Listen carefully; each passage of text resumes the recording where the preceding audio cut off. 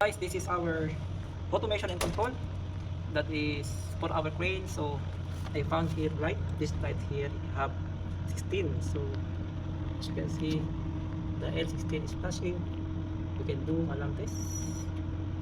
Once press the alarm test, okay, all lights is indicated, and then you are going to check. Yung dinidiinan natin po mga to, biglang nag-alarm. Bakit?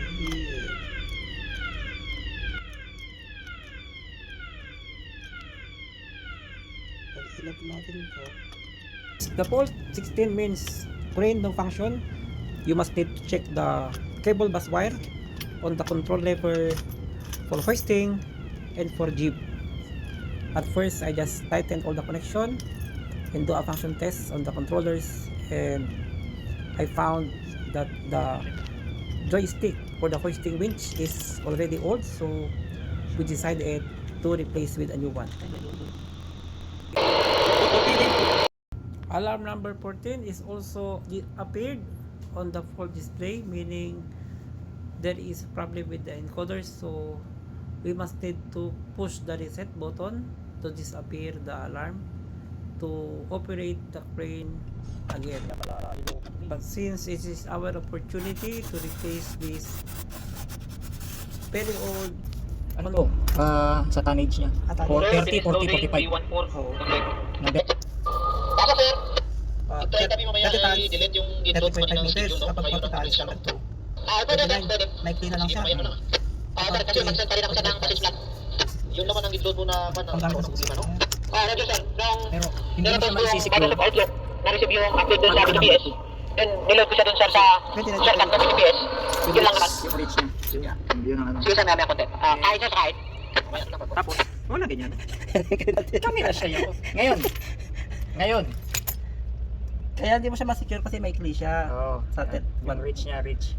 dapat nalagay mo sa 1. Oo. Pero kanina, kahit nakalagay sa 2, Oo. Kasi nga, hindi ko maisusi pabalik. Nag-message si Mukhtar, humingi mo units mo ba na iwan? bubuksan ko yan. Itong limit, Sa container sir? Bypass. hindi bypass yan. Hindi gumana yung limit niya dire-diretso. Standby lang sir. Hindi ko nagamit yung limit switch. Tapos, Balosik plus 1 gearbox. pero yung sa hook, 9 mode sir. gumana yung limit, Kasama gearbox. nagamit ko siya. Sa jib lang, sa jib ang ayaw. Ay, Tapos okay. nandito na rin lang kung anong magagawa nito. Ayan, bakit nawala tong mga to? Iinit na inat na sila. Ito pang isa oh. Nagigil siguro sila sa wiper. Gumagana tong mga to eh.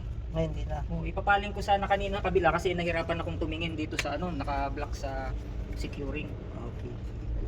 Kung may time. Yan ang mga sakit ng crane dito. Okay. Checkin natin yan mga guys. Samahan nyo ulit kami para mag-check dito sa crane number 2. Sakit ko kulang sa pera. Yun. Gagamutin natin yan. Extra. Pwede. TT. Tapos yung 3 nasa block. Meron akong 7.06 volts DC. Sige, bali naka neutral yung ating joystick. Sige sir, dalawin mo nga ng pabira. Kapira. Ayun. Naging 7.0 volts. Bitaw. Yun, pag binitaw 7.06. Yan yung susundan natin na setting. Sige, tulak mo siya. Pababa. Pababa. Meron siyang 7.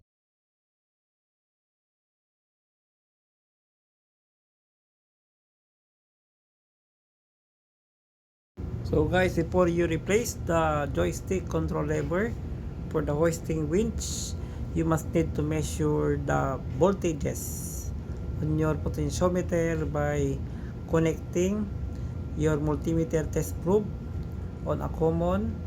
Then from the common, you must need to connect common to 3, common to 2, and common to 1, and you will observe it become 7.17 volts. So that is the signal voltage that you are going to feed in on your programmable logic controller 0 to 10 volts inputs. So it is very important that you may take note or do a marking on the potential difference voltages before you remove the old one and replace it with a new joystick control lever. With me, my very cooperative boson, so we can do the joystick control lever replacement in much faster and much easier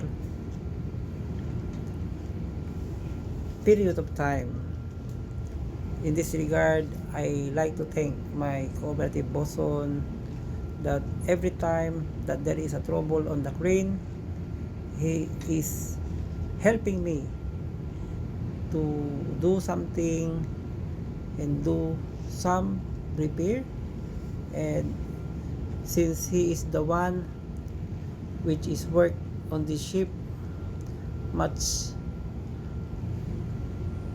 time from me, I able to ask him what are the things that he must observe which is unusual during a crane testing and there is a crane operation on board ship. So it is very important that every time you do something, you take a photos on it, so you will be able to remember the things that you remove and the things or component that you are going to put back again. In here you will find that this control joystick have a start screw, so that is the one tools that you must need to have before replacing this control lever joystick. So I just look inside on how to remove this one, and we managed to remove it by rotating the upper part and then remove the insert, and this is screw number 10 must need to be removed with the help of adjustable spanner. In doing this, you must need at least a helping hand to do this one much easier, because if you do it alone, it's hard to replace it because you need a third hand to hold this control lever joystick. As you can see inside, there is a locking key, and you have to carefully remove it, not to broke. Remove the rubber on it and then carefully put in position, and then you have to insert this joystick, included the rubber on it. So guys, yung bagong yan, may serial number yan, no? Kita ba yung serial number? Ayun, no? 2158.1.12 two-way joystick TDS. Ayan, service group ko. Order tayo ng bago nito kasi gagamit natin sa speaker. Yun, meron na siyang, ayun, may setting siya, oh. Nasa 11 setting. Yun, ito activated potentiometer. Ayun, kaibigan kong tunay. Yun, kung natin yan, babalik na yung screw. Yan, sige, cut. Ayan guys, so malagay nyo na yung screw, ipapasok nyo ito, dapat nakatapat dito. Yan, picture, may bago na tayong tama ba yan? Ayun guys, so doon na tayo, tapos may clip o saan yan, tapos dito palagay natin yung hawak ni kaibigan ko. Ayun, shout out kay boso number 1 guys. Boso na lang, ang pilipat itong nag-assist. Ito lang ang bukod tanging boso na nag-assist kapag may problema sa frame guys. Ayan na, clip o, sinalagay natin yung clip. Ito meron siyang lock clip. Ayan guys, so masang ba? Masang na, no? Tapos screw. Yun, yun talaga yung matanda mga guys, malaban na yung mata. Uy, ano, yan yung lock. Sige, pasok, sabay pukpuk. Pupunta yung pukpuk, ha. Dahil kami tayo ng number 12 mm guys. Pasok natin yung screw. Sabay tayo ng crash, socket wrench. Eh, bakit sakit yan? Mabuti na lang, may tatlo akong kamay. Yan lang guys, kaya hindi ginawa ligod na dalawa. Tatlo ang kamay ng tao para magkaroon ng tinatawag na bonding moment. Meron tinatawag na cooperative and cooperation in between among us. Shout out. Cooperative and cooperative among us. Uy, malugot pa. Walang pasipit. Yun yung mabalog ko. Okay. Ikit na ito nilyo. Ilagay natin ito mga guys. Ito yung bibira. Uy, yan. Pero siyang islat. Ayun. Ikutin natin ng kamay. Yan guys, para mag-testing kayo. Pero siya lock. Pag ganun. Oh. Yun. Pero pag di mo siya pinires, ganyan mo. Maralo pa yun. Aba, may ibang purpose to. Sa ibang marko, busin na yun. Tayo, picture muna. Sige. Tarik mo natin. Yan guys. Oh, yung gayahin wala akong globes. Dali lang, laki tayo ng globes. Papagayahin to ng mga electrician. Yan guys, magsusot kayo ng globes para hindi kayo makuryente. Ha, mag-iingat kayo pag nagtatrabaho kayo sa ganito. Yun. Tapos pa isa-isa lang yung aris. So, ito na yung ibabaw. Sunod dahil ganito yan. Ito naman yung sunod. Ito. Dapat may maganda kayong tools. Kaya ito yung tools pangit. Wala akong electrician screwdriver. Kaya ito rin natanapagluloy ako. Wala akong course na maganda. Ito. Yung mga mechanical tools lang dito guys. Kape na. Hindi na kami nagkape. Kasi yung crane gagamitin na ng mga estibador. Ng bababait. Yan. Kaya yung perang pinapadala sa inyo, ingatan nyo mga nanonood dyan. Dahil hindi basta-basta kumita ng pera sa mga bagong sampa dyan. Yun guys. Okay. Kaya mag-i-extend kami hanggang February 14 para may pa-valentines tayo mga guys. Ayun, ito naman yun sa ibabaw. Ito. Yan guys, nahulog na Siyempre dito nyo kayo lalagay. Yan. Pero kailangan maano yung kamay nyo. Oops. Diyan. Screw. TTS joystick. Ito yung ginagamit natin sa hoisting up and hoisting down. Hoist, ibig sabihin siya yung hook. So, kanina ganyan yung position natin. Ganyan yan. So, dito tayo magsisimula sa pinakamahirap. Ayun. Ito guys, pinakamahirap. Yung nasa ilalim. Siyempre, sa paggawa ng mga ganitong trabaho, dapat wala kayong short circuit. Ito. Ayan. Siyempre ito, doon. Tama. Tapos, yun, dito. Tanggalin nyo na lang ito para di kayo mahirapan. Oh. Wow! Ang tools ko, di kasya. Malikit. Balik na lang natin ito mamaya.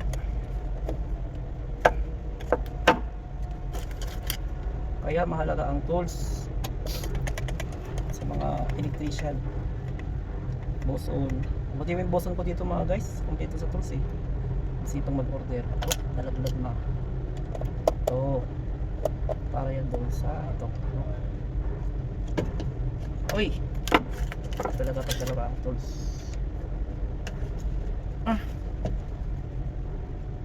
Ngayon ito may mga part number. Kaya pag nag-replace kayo, orderan nyo na kaagad. Para pag may problema in the future, iwasan nyo walang magamit. Maraming salamat pala doon sa aking number 1 boson dito. Darasal ko sana makasama ko to sa susunod na sakay mga guys. Without the boson, electrician is nothing guys. Because sabi nga nila, without true cooperation and cooperative, the vessel will put at risk. So safety first. Proper communication. Ang mahalaga sa buhay ng sama guys. Hindi pwede solo-solo lang. Yun. If you think there is a danger, communicate with the right person to do a job. Yun, para sa safety ng lahat.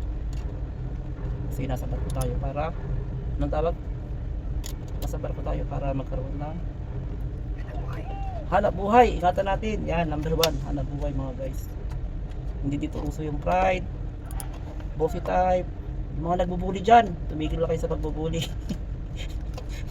Kasi may karma yan. Sige kayo, pag kayo na karma, sa posisyon na kayo, maging mabait na kayo mga guys. Pag yan binawin ng God.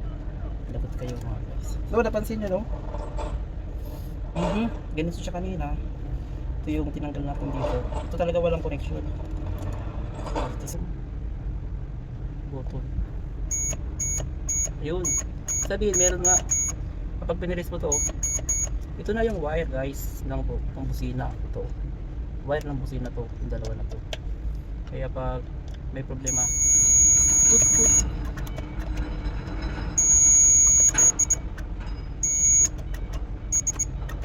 Yun. Okay, magte-testing na kami mga kaibigan. Tatanggalin natin itong mga tools natin dito para hindi tayo magkaroon ng short circuit. Pero meron ako ibabalik yung tinanggal ko na. So kakaminan ko kasi maliit.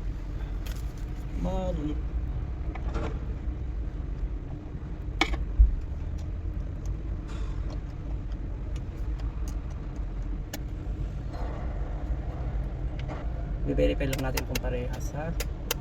Kanina yun, kanina meron tayo ditong ginawang testing CP at saka 3.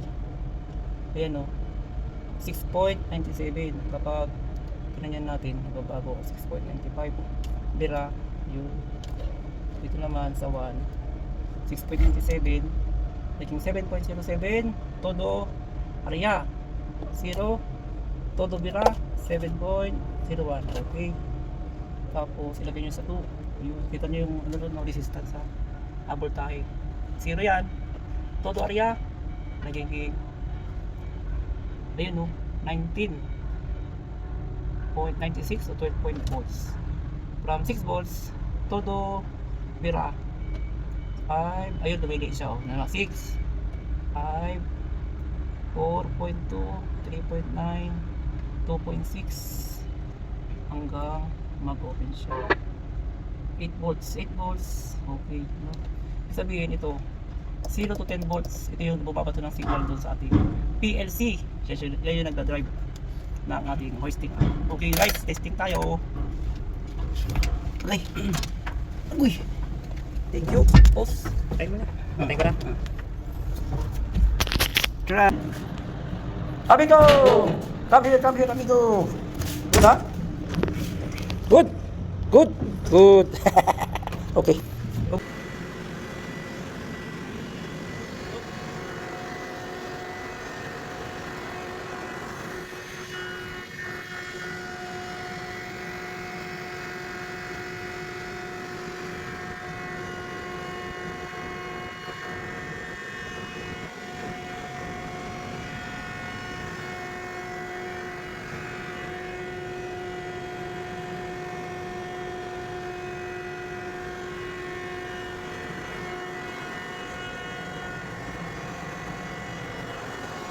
How many years you been train operator, my friend?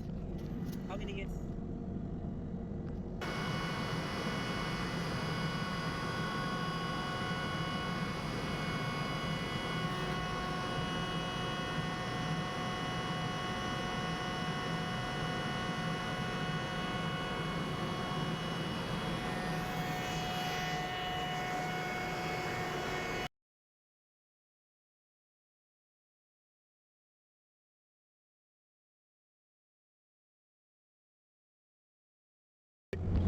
Ayo, kembali. Hadap kembali. Hadap.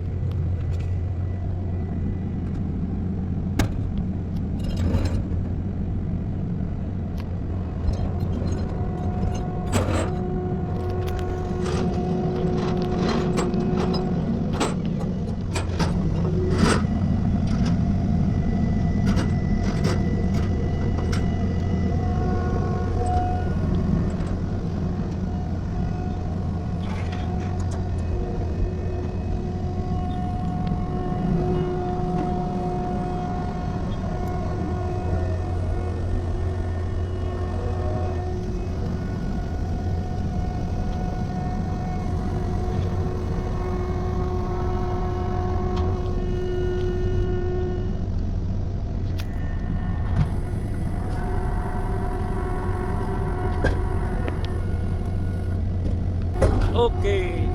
Now okay ha? No problem ha? No problem. Okay.